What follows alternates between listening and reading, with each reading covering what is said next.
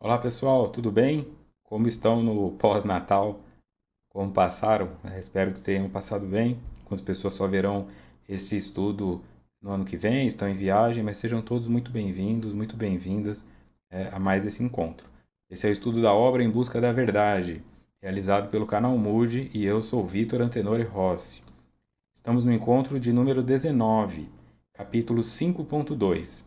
A coragem de prosseguir em qualquer circunstância.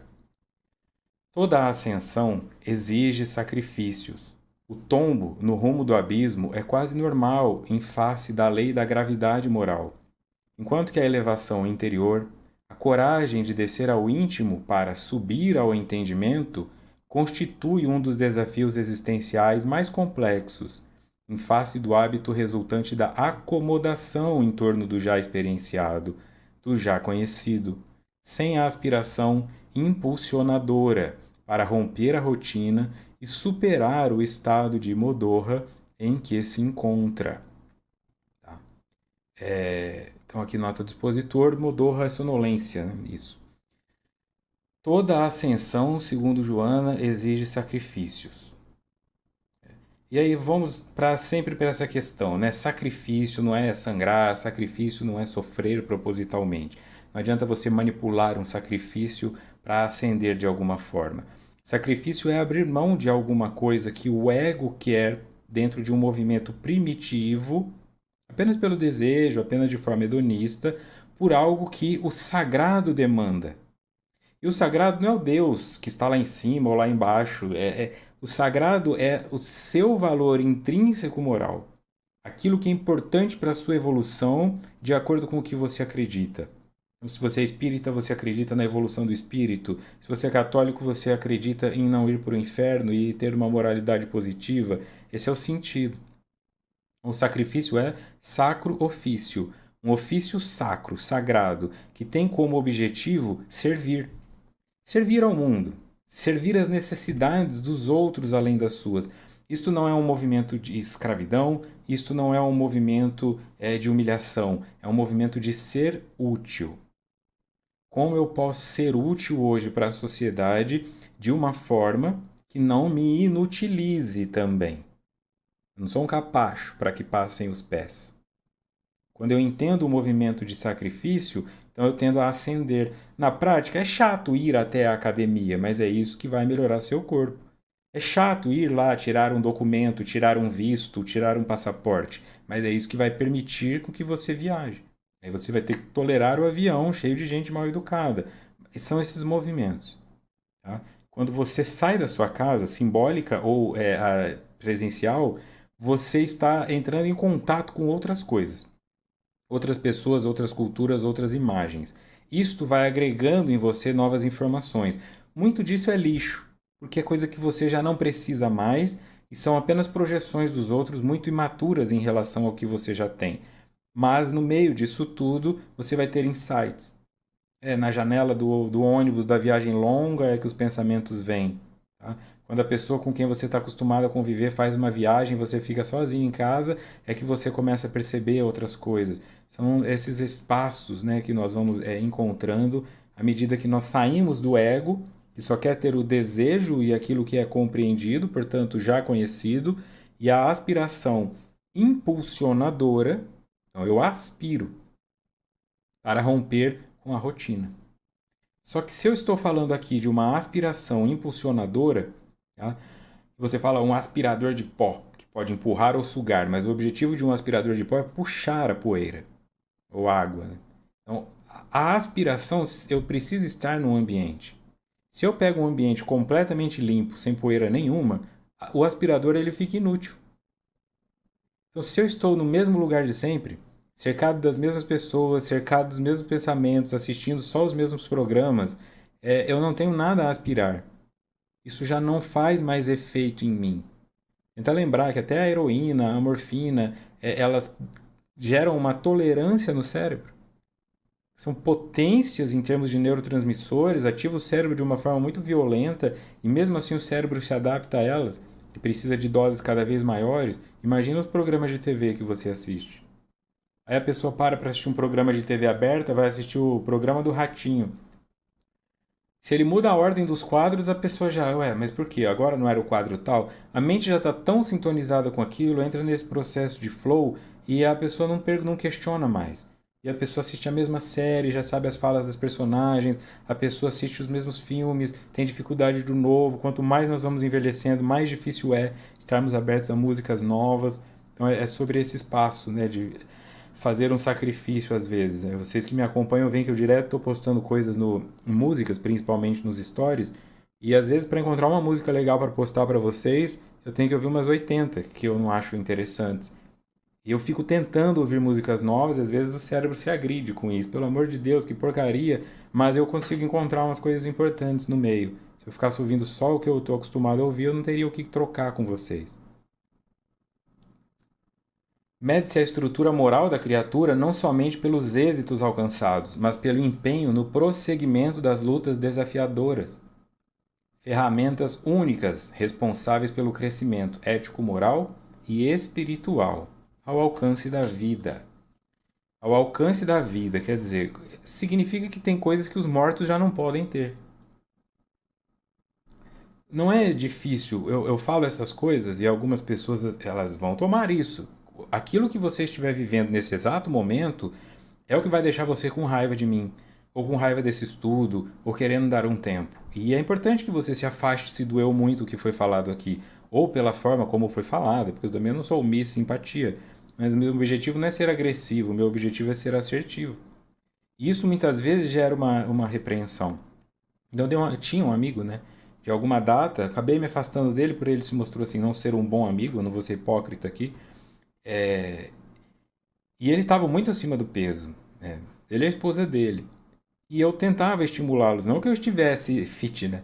Mas eles estavam muito acima do peso, coisa de 140 quilos com 1,72 m por aí. E eu tentava levá-los para fazer caminhada. Porque eu fazia e eu falava, vamos, mas eu gostava de fazer mais acelerado e eu aceitava ir mais devagar para que eles pudessem ir. Mas eles não queriam, eles não gostavam, eles só gostavam de comer, só gostavam de ficar em casa, ouvindo os mesmos vinis e engordando. Né? E eu falava, vocês não vão chegar muito longe desse jeito.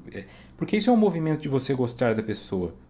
Então eu fico aqui falando isso, porque o indivíduo ele não entende as coisas que acontecem. Então, ontem, no dia de Natal, esse amigo meu morreu de complicação cardíaca. Devia ter 42 anos. Tá? Morreu de obesidade, não morreu de complicação cardíaca. Morreu de preguiça, morreu de falta de motivação. Morreu porque não quis ouvir.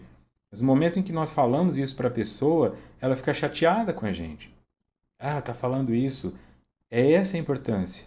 Infelizmente, a insistência que eu faço aqui com álcool, com tabaco e com açúcar, com carboidrato de forma geral, né, com o sobrepeso e a obesidade, é porque eu vejo isso acontecer. É porque eu trabalhei dentro de um hospital.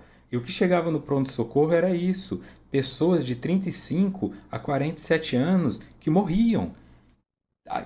35 ainda não é nem meia idade. Morrer na meia idade é muito pesado. A primeira metade da vida, que em tese é mais difícil, quando começa a ficar bom é onde você vai embora. Por que quis comer?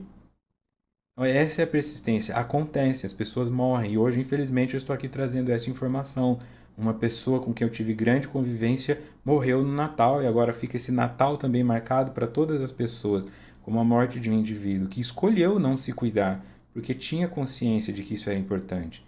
Então, se você pensa isso na obesidade do corpo físico, a obesidade moral, ou indivíduos que estão tão gordos assim, moralmente, no sentido negativo, que eles ficam só arrotando orações e palavras e falando em nome de Jesus e dando lição em moral para todo mundo, mas eles estão completamente fracassados por dentro, mortos de alma.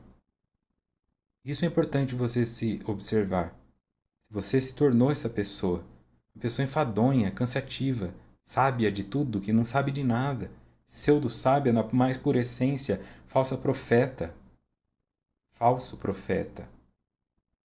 Não se perder neste caminho é importante, tá? Por isso eu insisto e persevero nos exemplos. Por que que eles em alguns pontos se tornam repetitivos? Porque o indivíduo precisa de um estímulo muito grande. Se na caixa do cigarro tem um cara com a boca podre e o indivíduo assim não para, não basta eu fazer um comentário em algum momento imagens gráficas. E aí você pega isso e leva para onde for. tem gente sofrendo por compulsão por pornografia, tem gente sofrendo por compulsão por jogo eletrônico, tem todo tipo de compulsão acontecendo por aí. Tenta aplicar em você. Qual é a sua, né? Trabalho. Então, mede-se a estrutura moral do indivíduo não somente pelos êxitos alcançados, mas pelo empenho no prosseguimento das lutas desafiadoras, que fala muito com que o próprio kardecismo, que é a base também que Joana trabalha, de que reconhece-se verdadeiro espírita pelo esforço que faz na sua evolução. Né? Eu não lembro exatamente as palavras, mas o espírita não é aquele que se diz espírita, o espírita é aquele que não desiste de evoluir, está sempre buscando reparar os erros. Mas pelo empenho no prosseguimento, e lá também está escrito empenho, né, das lutas desafiadoras, ferramentas únicas responsáveis pelo crescimento ético-moral e espiritual ao alcance da vida. Qual que é a palavra-chave aqui? Empenho. Empenho. Você tem que colocar empenho nas coisas. Porque sempre vai ter um caminho mais fácil. Tá? O que te traz aqui? O que te traz aqui? Por que neste momento você não está assistindo Better Call Saul? Por que você não está assistindo Breaking Bad pela terceira vez? Por que você não está assistindo Friends pela 15ª vez? Por que você está assistindo a este estudo? Com tanta coisa. Tem Inesita Barroso aqui do lado. Por que você está aqui? Você precisa entender por que você está aqui. Porque é um empenho da sua parte estar aqui. Você está escolhendo. Talvez a pessoa com quem você convive está aí de cara torta. Porque não aguento mais esse cara. Fico assistindo esses vídeos. Esse cara é chato. Os vídeos demoram muito. Por que você está aqui? Eu tenho consciência disso. Seria mais fácil colocar um cone na cabeça e ficar fazendo malabarismo, fazer vídeos curtinhos de 10 minutos com conhecimentos rasos. Mas esse é o objetivo. É um treinamento que ele é para ser difícil. Tem a parte de vídeo curto aqui e ali, mas aqui é para ser difícil. Para nós conversarmos sobre a coisa de maneira que ela se esgote. Não é apenas para contar fábulas. Eu não estou lendo Chapeuzinho Vermelho para vocês. Eu estou lendo Joana de Ângeles. Joana de Ângeles escreve sobre Jung. Jung escreve sobre sagrado. Não dá para olhar para isso aqui e só contar o caos. Então, por que você está aqui? Quando você assiste esse estudo, que é o 19º, e você já viu 100 e pouco do triunfo pessoal, por quê? Você está alcançando o resultado que você queria? O Joana de Ângeles está levando uma luz para você que trouxe percepção, mas isso de repente mostrou que seu casamento já está falido faz tempo. Você está colocando empenho em reparar esse casamento ou separar-se? Isso mostrou que você errou com seu filho, com sua filha, por negligência ou por violência, mas você está colocando empenho para tentar reparar essa relação? Abrindo mão de alguma coisa para dar terapia para eles, passando, porque é muito difícil fazer mudança. Tornar-se consciente dela é o caminho mais fácil. Mas produzir a mudança e agora? Era melhor não ter feito terapia, né?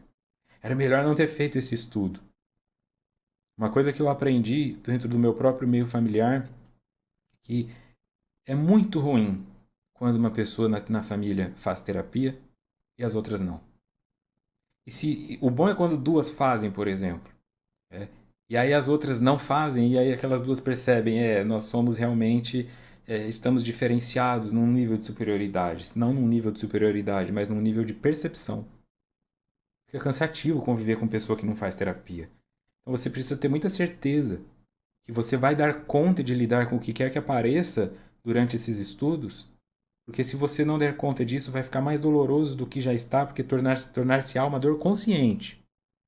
Quando é dor inconsciente, ela vira cefaleia, ela vira enxaqueca, ela vira pedra no rim, e aí você acha que está sofrendo pelo rim.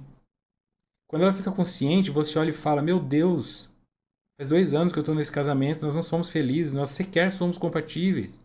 Eu nem gosto de sexo com esse indivíduo. Eu me sinto abusado, abusada quando tem que fazer algo. Eu só consigo ir para a cama quando nós bebemos. Eu só consigo conversar quando tem uma TV ligada. O que está acontecendo aí? Isso demanda uma atitude. Isso demanda, talvez, demitir-se desse emprego, começar a fazer um outro curso. Isso demanda pedir ajuda porque você está assistindo muita pornografia. O cérebro já está prejudicado. Demanda esforço. É chato pra caramba ir assistir reunião de narcótico anônimo, de alcoólico anônimo. É chato. Não é gostoso. Torna-se agradável. Mas demanda empenho. Sempre tem algo legal passando na TV. Sempre tem um clima gostoso para ficar embaixo da coberta, ou muito quente para não querer sair do ar-condicionado. Sempre tem um feriado, a falta de um feriado e o trânsito vai estar pesado, eu não quero ir hoje, mas o tempo está fechando. Sempre tem isso. Só que é todo dia. Todo dia. Todo dia. Só por hoje. Todo dia você tem que fazer uma escolha. Não adianta ficar uma semana sem assistir pornografia e aí quando seu marido sai para trabalhar você assistir 15 vezes seguida. O senso de recaída vai ser péssimo. Então respira fundo. É, eu estou indo num sentido mais motivacional hoje porque é o fim do ano. Ainda tem um encontro antes do Réveillon, mas eu sei que a mente agora está mais aberta a essas coisas de é, eu vou fazer as resoluções do ano novo, as coisas que eu quero. Não faz atropelado. Eu vou emagrecer. Vai emagrecer como? Você não cuidou nem da alimentação? Não se prometa isso. Eu vou parar de assistir pornografia. Como? Se está no teu celular. Você já precisa começar a entender que você precisa de ajuda. É onde você vai buscar essa ajuda e se realmente vale a pena fingir que eu não vou me separar por causa das crianças, eu não vou me separar pelo amor de Deus. É isso que a gente tem de vida. Tá? É isso que a gente tem de vida. Da nascimento à morte.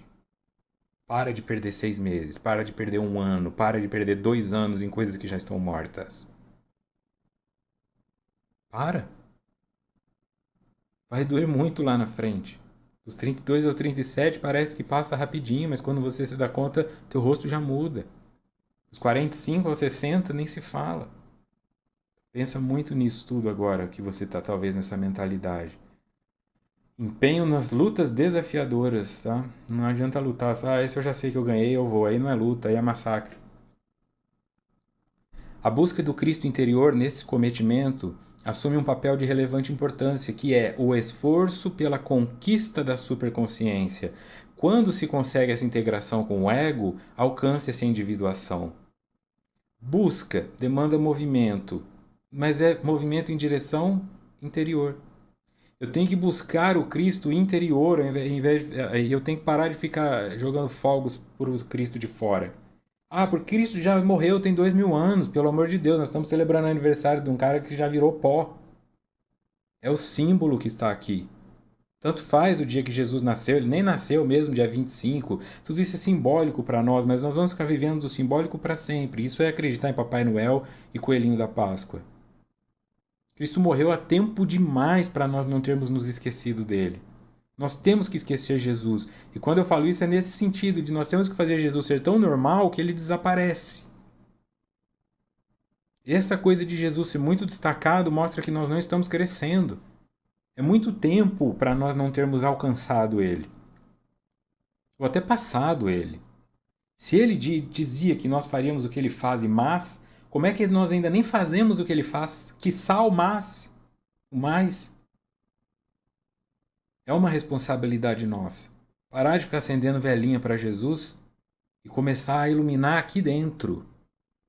Nós nos tornarmos Cristo, fazendo este sacrifício em direção a um serviço para a humanidade. Isso foi o que Jesus fez.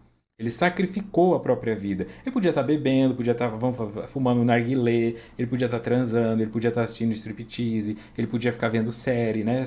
Mas não, ele escolheu sair de casa e ficar andando lá na poeira para ajudar pessoas, muitas ingratas.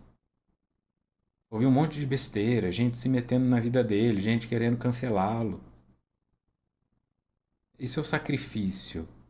Porque ele não via necessidade em fazer algo para ele via necessidade em fazer algo para Deus como ele o compreendia. Isso que ele chamava de Pai.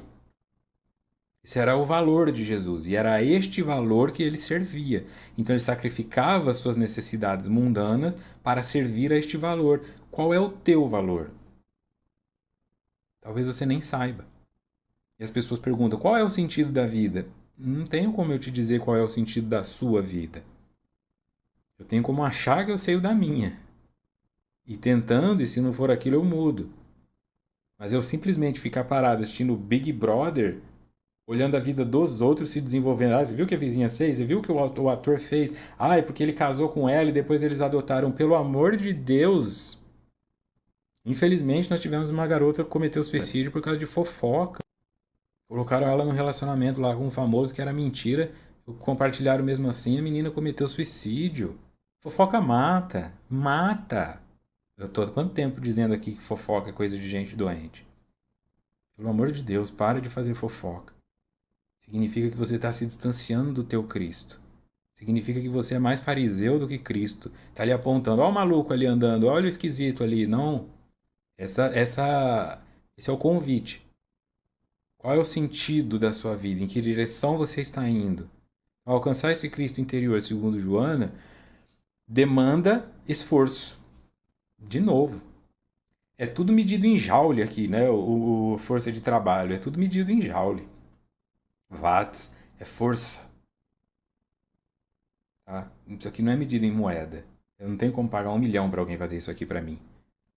Você pode encontrar um terapeuta que cobre 1 milhão na terapia.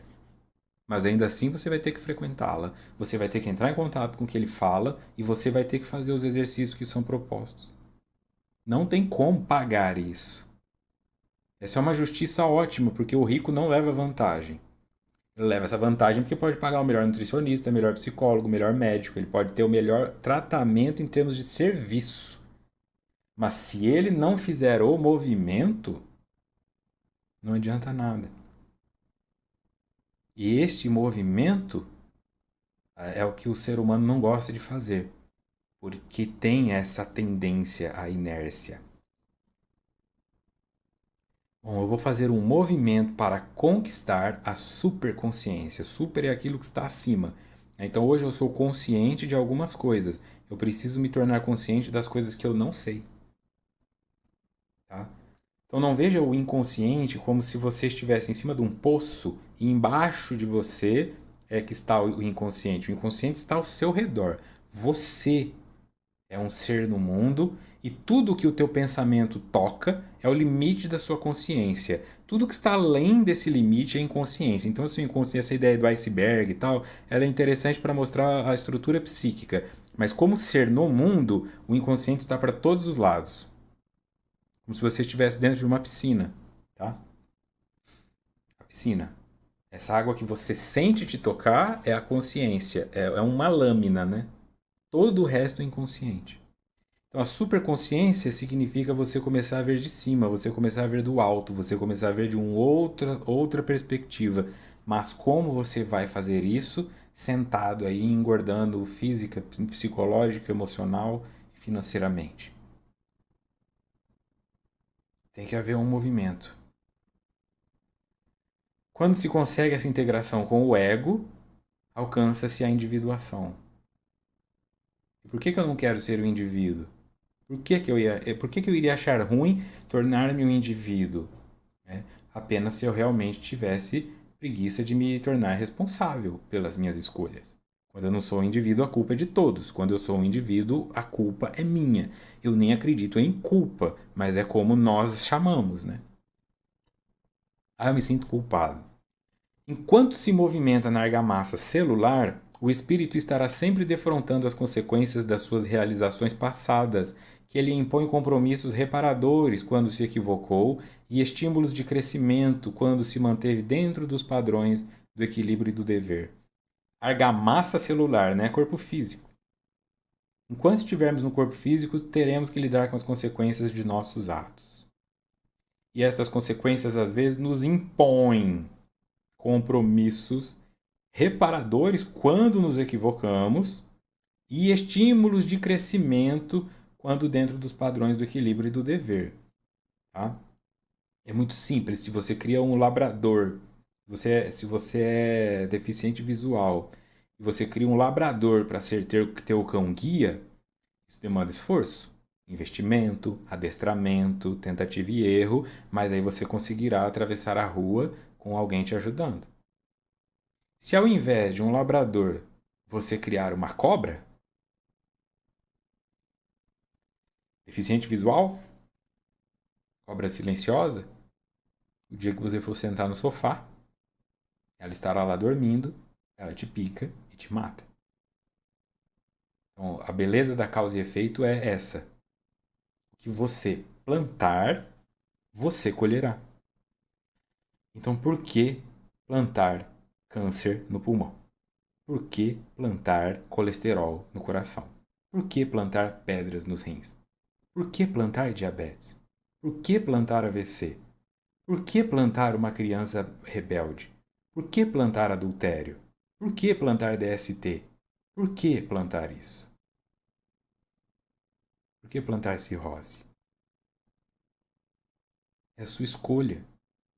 Cada gole que você toma, cada trago que você dá, cada vídeo que você assiste, é um tijolinho que você põe em direção a saltar desse precipício.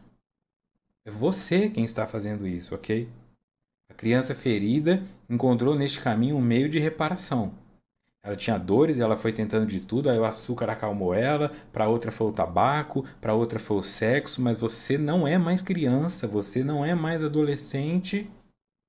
Agora é você quem está fazendo isso voluntariamente. Esse capítulo 5 é sobre criança ferida. Então eu te pergunto, como é que um câncer no pulmão cura uma ferida?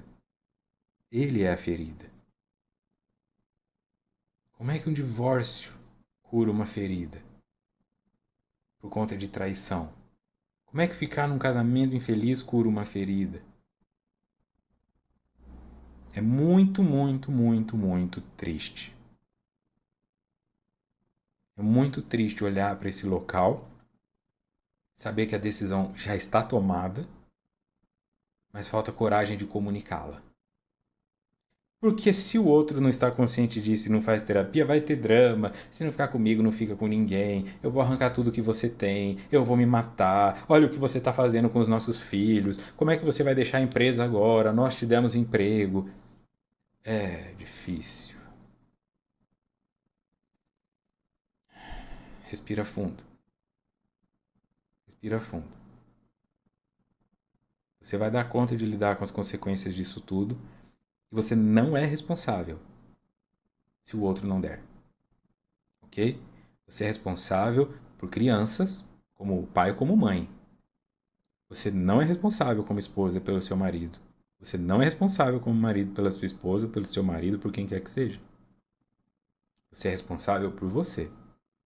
Se a pessoa ficou com você e não juntou dinheiro, se a pessoa vai ficar pobre, se a pessoa não tem para onde ir, se a pessoa tal, e é uma coisa de as escolhas que ela fez e lhe foi dada a oportunidade de não estar nesse local, não é problema seu. Isso também não é falta de empatia, isso é deixar que cada um assuma as responsabilidades pelos seus atos. Se você casou-se com um adulto, se você buscou emprego numa empresa gerenciada por um adulto, essa é a minha parte, essa é a sua parte, balance as mãos e vá cada um para o seu lado. Se a empresa falir no dia seguinte, paciência. Se o marido tiver que voltar para casa da mãe e vender tudo, paciência. O importante é que você fez um trabalho de tornar-se consciente de como sair desse local.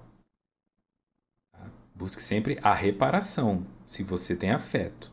Eu estou dizendo das pessoas que já tentaram de tudo e sabem que não há mais o que fazer porque a outra parte não fará o movimento dela. Pode-se estar saudável, embora portando-se disfunções orgânicas ou doenças em tratamento. O equilíbrio da emoção responde pelo comportamento, enquanto se manifestam os fenômenos das alterações celulares, das transformações que se operam em quase todos os órgãos, como resultado do seu funcionamento, das agressões internas e externas, sem que afetem o bem-estar geral, que deve ser mantido. Então, isso é importante.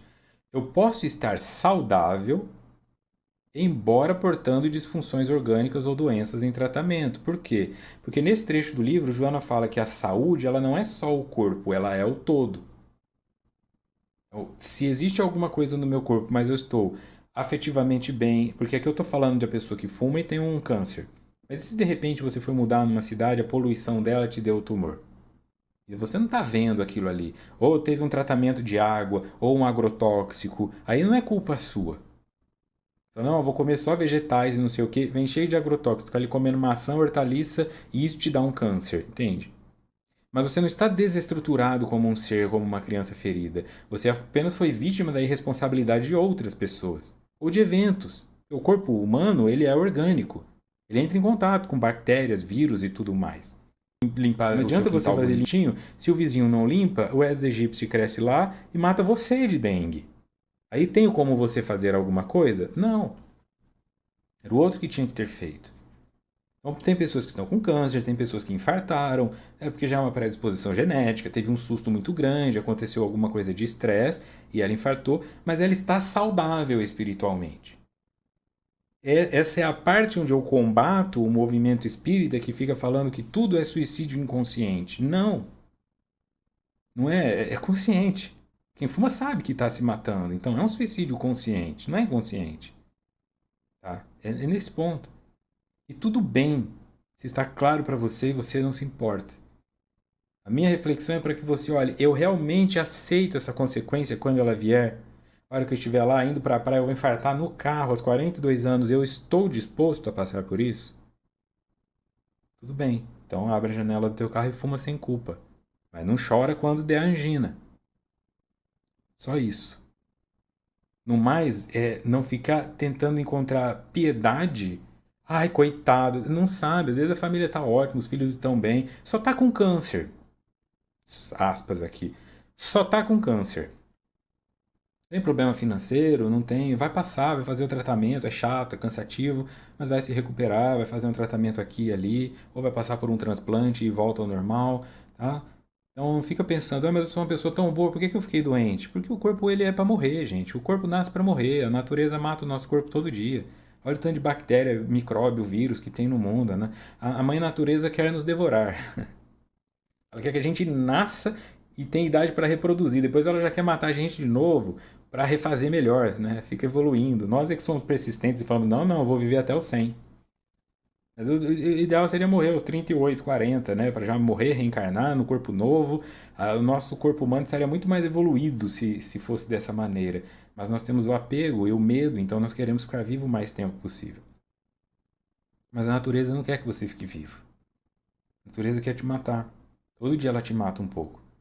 Então aproveita o espaço de vida que você tem. Não é uma visão pessimista, é uma visão realista. Aproveita o espaço de vida que você tem. A natureza não vai te dar nada. Os recursos que tem para se curar estão em você. Anticorpos, homeostase, tudo isso aqui está dentro de você. O que isso aqui não alcança é um universo de coisas ali fora. Tá?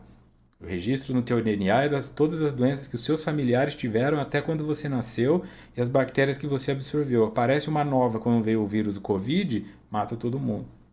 Você não tem esse registro. Tá? Então não fica buscando motivos para todas as doenças. Se você não tem um motivo para a doença é só do corpo e cuida dela e vai para frente. O equilíbrio da emoção responde pelo comportamento enquanto se manifestam os fenômenos de alterações celulares. Como eu vou lidar com isso tudo é que é importante. Se eu deprimo, se eu quero morrer porque eu estou doente, aí eu estou doente. Eu falo, não, eu vou me dar o melhor tratamento, aí eu estou saudável, só o corpo está doente. Como elemento vitalizador da luta evolutiva, o amor é de primacial importância, mesmo quando proporciona preocupações e desencantos. É natural que se ame desejando algum retorno, em face da precariedade dos sentimentos ainda não desenvolvidos. Ideal, no entanto, será que o amor se manifeste como efeito da alegria de viver e de expandir as emoções. Então, o amor é uma consequência natural de um estado de espírito. O amor não é o que pode ser buscado, não é o outro que vai te dar amor. O outro movimenta o amor em você. Tem gente que está confundindo desejo sexual com amor, tem gente que está confundindo pacificação financeira com amor, tem gente que está confundindo vaidade com amor. Nossa, mulher maravilhosa, ela é linda. Ai, não, você não ama, você está deslumbrado, isso não é amor. Amor. Tá? Isso não é amor. Amor é a mãe saltando da cachoeira porque o filho caiu. Sem, sem pensar se vai rachar a cabeça na pedra. Amor é uma mulher levantando um Fusca sozinha porque o carro caiu em cima do filho dela. Essas coisas, sabe? É uma força, né? É uma potência muito grande. Amor, amor, que Jesus tinha, que o Chico Xavier ensinava. Não, eu não posso ir dormir 3 da manhã. Tem uma mulher que tá ali querendo falar comigo. Olá, isso é amor. Amor. Ele nem sabe quem é aquela mulher. Tanto faz se ela é bonita ou se ela é feia. Não interessa, entende? É amor, porque é amor por ele mesmo, assim. É amor pelo que ele vê. Eu estou aqui. A pessoa pegou um ônibus, veio até aqui, eu durmo depois. Mas Não é fácil. Então ela entende que esse desejo que nós temos de ser, que o amor seja retornado, que seja recíproco, é porque o nosso sentimento ainda é precário, não desenvolvido, ou seja, é infantil. O amor não tem que vir como algo que o outro me traz, então, mas como um efeito da alegria de viver. E como eu vou ter a alegria de viver se eu estou toda hora me anestesiando e buscando a morte? O medo de amar ainda encarcera muitas mentes e corações que se estiolam à distância, fugindo desse impulso de vida que é a vida. No entanto, somente através do amor, isto é, a serviço dele, é que se estruturam os ideais edificantes e enobrecedores da sociedade. Agora, o indivíduo tem amor pelo dinheiro, então tem político que presta, talvez um ou dois, e os que prestam já morrem no ninho também, porque eles nem conseguem evoluir. Nós somos governados por pessoas que não têm esse interesse de amor. Uma ou outra aparece fazendo isso verdadeiramente. Tá? E é muito mais fácil que apareça um bilionário fazendo isso do que um político. A pessoa que já não tem mais o que fazer com o dinheiro, ela começa. Seja um jogador de futebol que monta uma escolinha, seja um piloto de corrida que monta uma pista de kart, seja um jogador de basquete que monta uma escola. Esses são os movimentos de gratidão, de amor. O indivíduo devolvendo de alguma maneira e beneficiando muitas pessoas. Né? Ela fala: eu tenho medo de amar porque o amor me machucou. E aí eu fico preso. Eu fujo desse impulso de vida que é vida. Então é um impulso de vida, ou seja, é natural, estando vivo, o amor me impulsionará e ao mesmo tempo ele é vida. Por que ele é vida? Porque alguém que se ama vai fumar? Alguém que se ama vai estar 40 quilos acima do peso? Alguém que se ama vai ficar se envolvendo sexualmente com pessoas e vai casar com outro e vai machucá-la e vai traí-la? Alguém que se ama vai colocar uma criança no mundo para bater nela com um cinto de couro? Não, não faz sentido, né? Alguém que se ama não se endivida. Alguém que se ama não perde tudo. Alguém que se ama. Alguém que se ama não se dá Coca-Cola para beber. Alguém que se ama. Então, quando nós chegamos lá, nós estamos vivos. E o simples fato de estarmos vivos é o suficiente para nós nos sentirmos amados. Quando você se ama, tua coluna não dói tanto, teu joelho não dói tanto, você tá bem, entende? Então, você não tá com esses desconfortos que as pessoas veem. Você vê uma escada, você sobe. Quando você não se ama, você sobe pelo corrimão porque o joelho tá doendo, aí chega lá em cima, tá ofegante, aí tá suando, aí você escolhe a roupa que é a que serve, não a que você quer. Quando você se ama, você nem vê isso. A pessoa que se ama nem percebe que existe esse sofrimento no mundo. E o que não se ama nem imagina que dá para viver sem esse sofrimento, né? No entanto, somente através do amor, ou seja, a serviço dele, é que se estruturam, ou seja, constrói o ideal edificante e enobrecedor da sociedade. Então, eu tenho que sair de onde eu estou e ir em direção a algum outro lugar. Não é o amor que aprisiona, senão a insegurança do indivíduo que transfere para outrem os seus medos, as suas inquietações, as suas ansiedades, aguardando tê-los resolvidos, sem o esforço que se faz exigido para tanto. Então, o amor não aprisiona. Ninguém sofre por amor. Assim, o simples dizer sofro por amor é um engodo, é uma mentira, né? É bonito na poesia, mas não existe o sofrer por amor. Mas meu filho morreu e eu o amava. Você não está sofrendo porque por amor, você está sofrendo por saudade. Você está sofrendo por raiva dele ter morrido. Você está sofrendo por não compreender por que isso aconteceu, mas não porque você o ama. Porque você o ama é que doeu perdê-lo. Mas isso era bom enquanto ele estava vivo, então o amor foi bom para você. O que te aprisionou foi o luto, a raiva, a dor. Isso não é o amor, isso é outra coisa, por isso tem outro nome. Ah, é mais fácil então. Enterrei o meu cachorro que eu amava muito. Ah, eu não vou adotar outro porque eu não quero passar por isso de novo. Daqui 14 anos, você vai ter 14 anos de amor até passar por isso de novo. Não compensa? Um mês de luto, uma vida de saudade, mas um mês de luto por 14 anos juntos? Ele subindo na cama, abanando o rabinho, ficando feliz quando você chega, fazendo gracinha, estragando tuas coisas, tirando foto. Não vale? Não vale. O indivíduo transfere para outro os seus medos, as suas inquietações. E aí é onde as pessoas ficam: olha, eu estou muito ferido da outra relação, você promete que você não vai me machucar? Ninguém pode te prometer isso, porque o indivíduo não sabe nem se ele não vai machucar ele mesmo. O outro não é responsável por te dar a segurança que o anterior tirou. Ninguém é.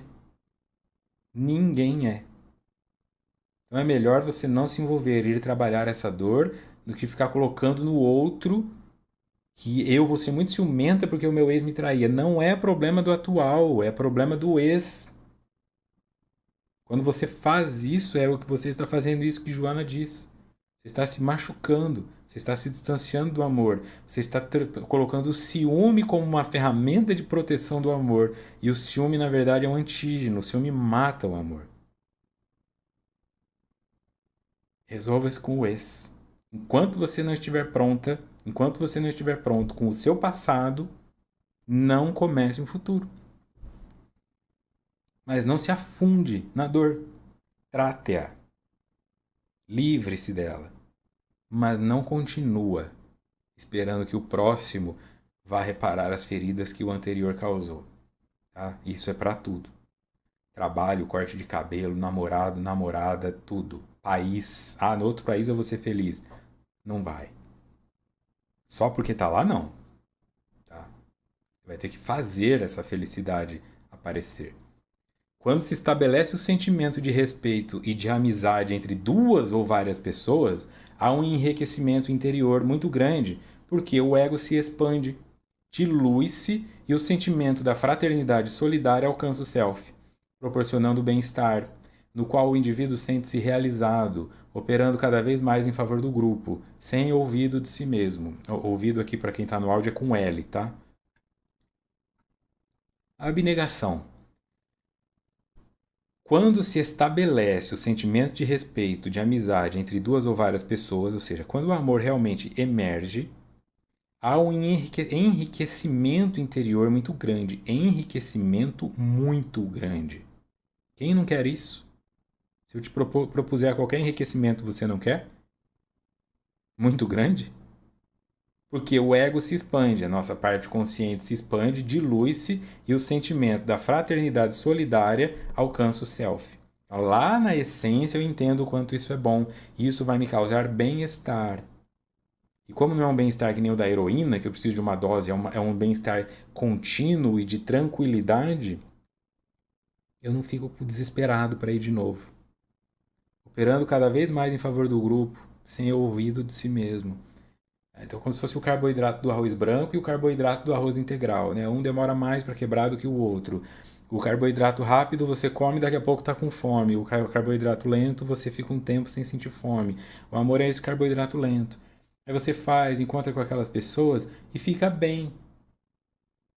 Quando você está projetando, você chega de casa do encontro com seus amigos e já está mandando mensagem. Vamos de novo amanhã? E segunda, o que nós vamos fazer? Você já precisa de outra dose. Quando é nessa espécie de trabalho voluntário, às vezes você está na escala que você vai uma vez a cada 15 dias ou uma vez por mês. Aí você vai lá, encontra as pessoas, abraça todo mundo e vai para tua casa. E não fica desesperado. Ai, será que me esqueceram? Será que me amam? Daqui a um mês você vai lá de novo. É isso. Quem faz isso entende o que eu estou falando. E quem não faz entende também, porque já fica assim, já está descendo do carro falando, e amanhã, o que nós vamos fazer? Calma, agora você vai dormir. Vai comer, vai dormir, se bebeu muito vai vomitar, vai se arrepender, aí vai acordar de ressaca, aí toma o seu café, ou não, vai acordar bem porque não bebeu, e aí você decide o que você vai fazer amanhã. Fica nesse vazio. Joana está dizendo, ensina ele a ser preenchido com outra coisa. Quanto mais se ama, muito mais se ampliam os horizontes afetivos. É através do amor que a divindade penetra a consciência humana por meio dos seus desdobramentos em forma de interesse pelo próximo, pela vida, do labor em favor de melhores condições para todos, incluindo o planeta ora quase exaurido. Bom, então o amor, além de causar um enriquecimento, ele oferece dividendos. Ele gera lucro. Quanto mais se ama, mais se ampliam os horizontes afetivos. Horizonte é aquilo que você enxerga à distância. Quanto menos você ama, você está a um palmo do nariz. Que é o que a criança enxerga. Tá? Então, se você faz assim para a criança, ela, apareceu. Cadê a pessoa? Ela não tá aqui, ela foi tomar banho, mas já faz 20 minutos que ela tá tomando banho. Por que que ela levou o celular para ir ao banheiro? Isso é uma pessoa com horizonte estreito. Tá aqui, ó. Se eu não tô te vendo, você não me ama. Quem foi que disse que para estar junto precisa estar perto? Diz a música, acho que do Babado Novo, não lembro. Quando você ama virtualmente. Você ama no Japão. Você ama. Tem um terremoto no Japão, uma criança morreu, você sofre. Agora a pessoa fala, ai, coitado das crianças na África, mas o vizinho dela tá morrendo de fome, ela tá preocupada com a criança na África. Como se não tivesse criança rica na África também. Tem. Tem gente pobre em todo lugar. Mas eu entendo a pobreza de forma geral. Eu me conecto com a pobreza. Então o meu horizonte expande. Aí eu consigo aceitar relacionamentos que são mais distantes, pessoa que eu só vejo de vez em quando, uma amizade que de repente some, um grande amigo que tem um filho, aí por causa do filho ele some 12 anos, de repente ele volta, eu tô ali. Ah, sumiu 12 anos, agora esse cara é o. Ah, agora você vem atrás de mim. Quando você casou, virou as costas pra nós. Agora que você parou. Tava bom, cara, tava gostoso. Você tem que entender. Tem gente que casa e some pros amigos. Depois que divorcia, volta atrás. Ele não era amigo antes? Volta a ser amigo dele. Sabendo que a hora que ele arrumar outra, ele vai sumir de novo. É isso que é aproveitar a vida. Enquanto tá ali, você aproveita. Tudo bem. Né? Não fica criando dependências e lealdades onde, para ser meu amigo, tem que usar aliança com o meu nome. Para ser meu amigo, como assim vocês foram e não me chamaram? Que coisa pior do que uma pessoa comentando no post dos outros? Nem me chamaram. Meu Deus, quando eu vejo isso eu fico constrangido. Nem me chamaram. Não, não te chamaram. É porque não queriam que você fosse. Por qual o problema? A próxima vez vão te chamar, vá, não fique melindrada. Ah, agora vão me chamar. É, é a vida. A individuação é o oxigênio puro de manutenção do ser. A conquista desse estado luminoso pode ser comparada a uma forma nova de religiosidade, na qual se consegue a harmonia entre a vida na terra e no céu. Individuação, oxigênio puro de manutenção do ser. Para alcançar esse estado luminoso, é uma forma nova de religiosidade, na qual se consegue harmonia entre a vida na terra e no céu. E aí ela põe terra com letra maiúscula e céu com letra minúscula. Essa harmonia, esse processo de individuação, quando fala individuação é tornar-se um indivíduo, portanto indivisível, é porque essa ideia de terra e céu não está mais fora, ela está dentro. Não existe céu e inferno, não existe santo e diabo, não existe. É você o tempo inteiro, é o teu estado mental. Qual é a área do seu cérebro que você está irrigando, vamos assim dizer? Eletrificando, vamos assim dizer. É a da tristeza? É a da melancolia? É a da rejeição? Ou é a da motivação? Ou é a do crescimento? Cérebro é cérebro. Por que quando você ouve uma música triste você entristece, quando ouve uma música alegre fica alegre? Por que quando você faz uma oração você melhora, mas quando você começa a falar mal dos outros a energia vai ficando pesada? É o cérebro.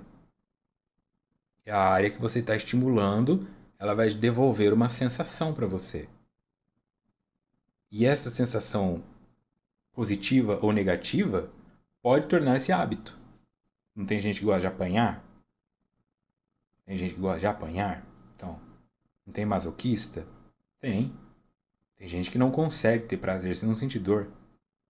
Tem gente que se você for fazer carinho nela, ela sente uma coisa ruim. Se você começa a gritar com ela se excita. Por quê? Hábito.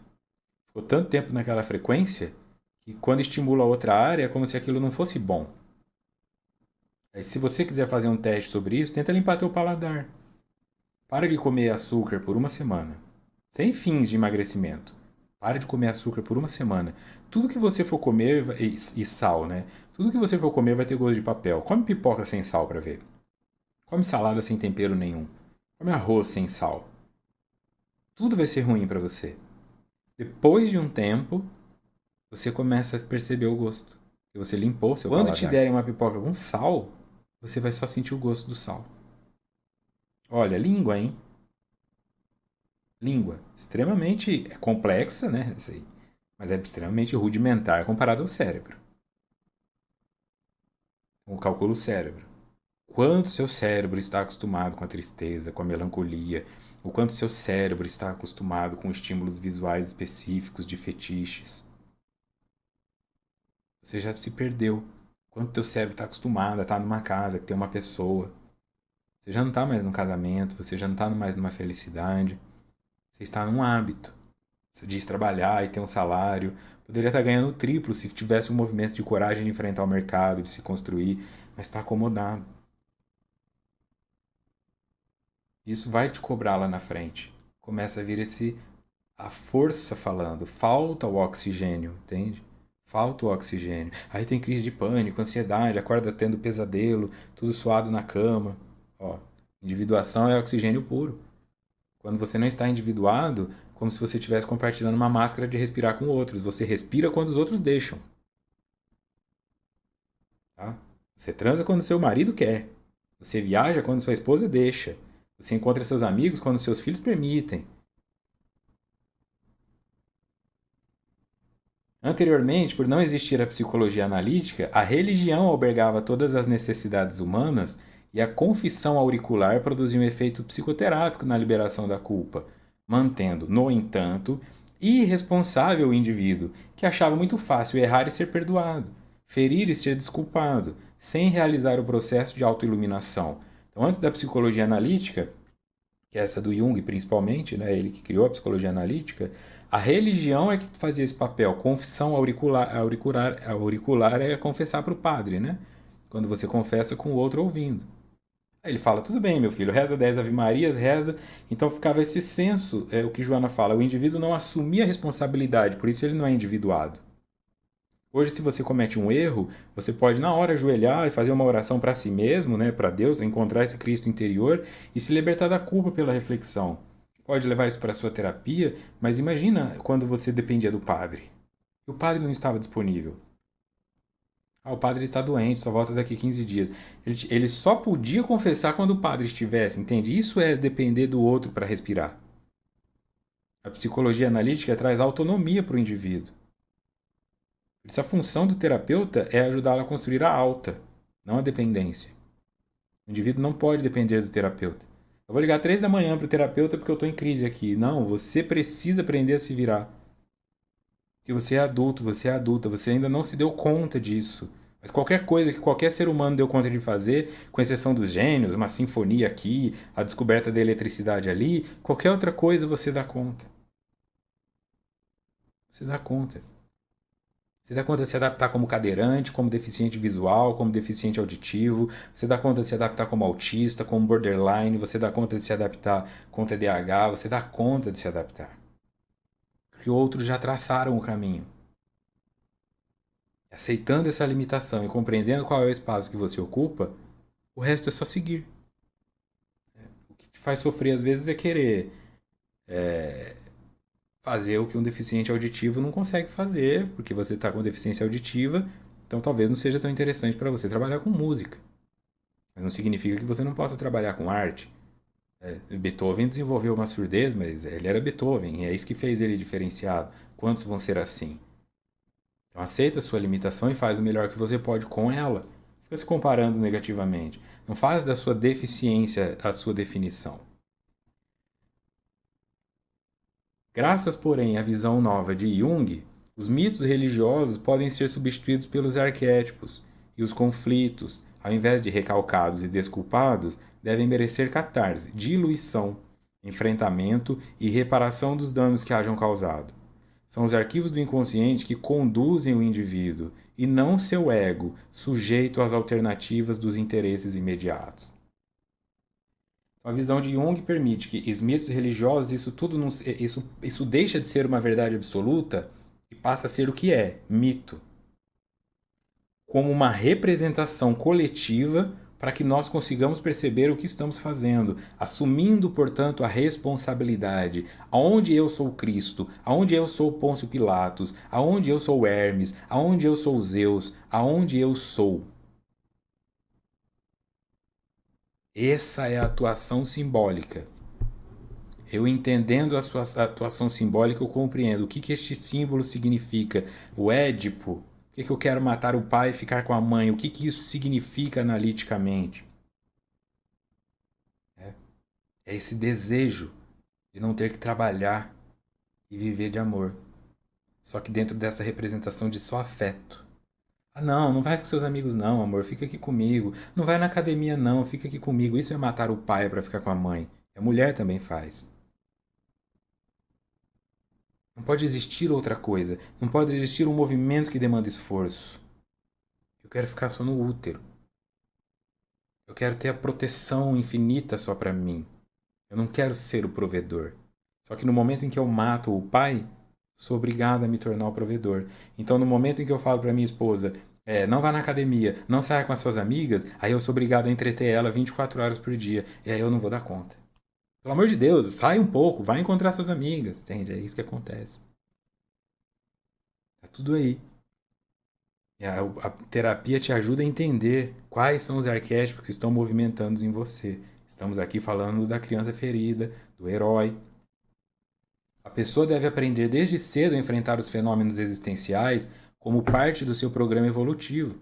O que equivale significar que, se dando conta da própria sombra, não a deve transferir para outrem, mas cuidar de diluí-la, mediante a compreensão das ocorrências. Então não espere que a outra pessoa, não espere que a empresa te demita, não espere que a esposa te peça o divórcio, não espera. Você terá que fazer isso. Se em você já acabou, e você tem certeza que acabou, acabou. Não fica desfibrilando cadáver. Acabou. Chora essa dor. Chora essa dor. Deixa vir. Entra essa catarse. Acabou. Começa a olhar e pensar quem vai ficar com a TV, onde nós vamos morar. Ai, que saudade. Acabou. Dilua. Fica culpando a pessoa. Ai, por que você não faz um esforço para nós ficarmos juntos? Porque ele não quer. E ele tem o direito de não querer. É triste, mas é isso. A tristeza é parte da vida. E essa é a parte triste dela. Às vezes o outro não quer tanto quanto nós queremos. Às vezes o outro não tem a força que nós temos. Às vezes a compatibilidade simplesmente não existe. São duas pessoas ótimas, uma para si mesmas, mas que não funcionam juntas. Pessoas, empregos, escolhas, nações. Rejeitar ou ignorar a sombra é candidatar-se a conflitos contínuos que poderiam ser evitados, caso se reconhecesse a ocorrência desse fenômeno próprio do ser humano. Ela faz parte do ser. De igual forma como o ego, o self e todos os demais arquétipos, que são as heranças do largo trânsito da evolução. Eu não posso rejeitar ou ignorar a sombra, porque se eu faço isso eu vou ter conflito. Eu preciso reconhecer que todos temos uma. Todos temos sombra, todos temos uma parte inconsciente. Todos fazemos coisas que não gostaríamos de estar fazendo. Inclusive as pessoas com quem nós convivemos. Então, ela faz parte de mim e são heranças no largo trânsito da evolução. Então, aquilo que eu trabalhar agora também fica como herança para o meu futuro. Seja se você acredita em próximas encarnações, ou seja se você estará vivo daqui a 10 anos. Desse modo, os desafios da sombra merecem observação carinhosa, a fim de conseguir-se a sua integração no self, não mais separando o indivíduo do ser divino que ele carrega no íntimo. Desafio envolve movimento, envolve força, envolve o jaule que eu falei, merecem observação carinhosa, não é para se achar um lixo, não é para querer se destruir, é isso, por isso eu disse, chore a sua dor, acolha. Isso vai integrar você ao self, não mais separa o indivíduo do ser divino. Não vai vir um Deus te salvar, porque não tem um diabo te punindo. Foi uma escolha que você fez que se mostrou certa durante um tempo, que esvaziou-se depois de um tempo e que agora está errada. Então, olha para o teu cigarro de outra forma, olha para o teu copo de uísque de outra forma, olha para a pornografia de outra forma, olha para o seu casamento de outra forma, olha para a cidade que você mora, olha para o seu trabalho, olha para o seu corpo de outra forma. Chora o que precisa chorar. O que precisa esvaziar. Esvazia. Quer dar soco em almofada? Dá soco em almofada. Fala palavrão. Põe para fora. Esvazia. Essa sombra, tornando-se luz, deixa de existir em você como uma marionete te controlando. E se torna uma ferramenta para você usar como bem entender. Ok? Próximo encontro, dia 29, capítulo 5.3. O ser-se integralmente. Ok? Então, muito obrigado pela companhia, pelo carinho de vocês. E nos vemos aí antes do Réveillon. Boas reflexões e até a próxima.